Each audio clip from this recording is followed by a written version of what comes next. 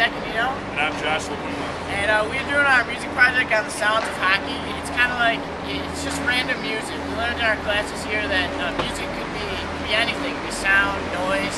And basically we're going to just demonstrate, pucks hitting the glass, pucks hitting goalies' pads, and just a lot of things that have to do on the ice. And in the background you can hear the Zamboni going off, and that's another sound of the game.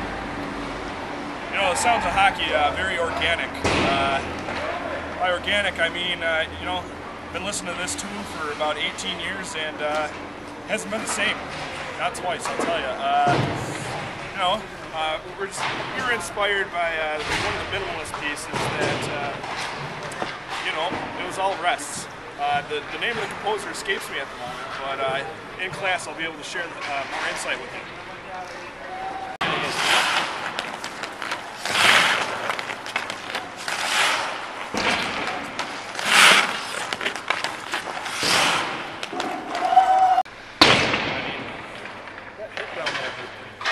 That looked like you went.